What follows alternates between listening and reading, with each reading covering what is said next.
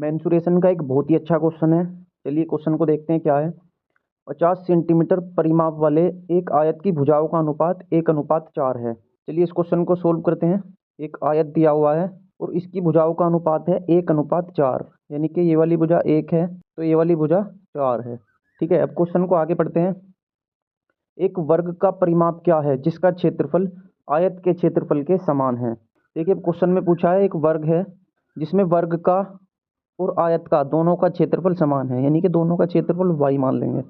अब इस क्वेश्चन को हम सोल्व करते हैं। क्वेश्चन में बताया है आयत की भुजाएं 1:4 में है। एक भुजा को x मान लेंगे और दूसरी को मान लेंगे 4x।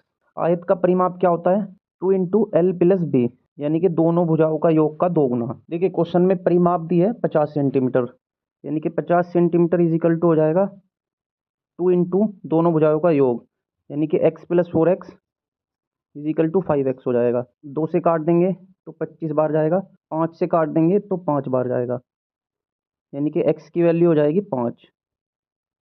अब हमें x की वैल्यू मिल गई है। देखिए आयत की एक भुजा थी x और दूसरी भुजा थी 4x।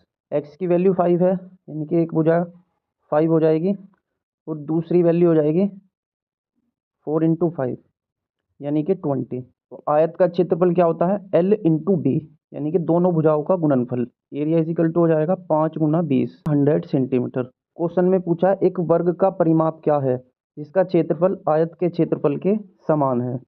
देखिए आयत का क्षेत्रफल मिल गया हमें। आयत का क्षेत्रफल है 100, तो वर्ग का क्षेत्रफल भी हो जाएगा 100 सेंटीमीटर। अब हमें बताना है वर्ग का परिमाप। वर्ग का परिमाप होता है 4 × A। वर्ग का क्षेत्रफल होता है A²। क्षेत्रफल कितना दिया हुआ है 100 इज इक्वल टू A का स्क्वायर। A की वैल्यू हो जाएगी 10। क्वेश्चन में पूछा है वर्ग का परिमाप। वर्ग का परिमाप होता है 4A।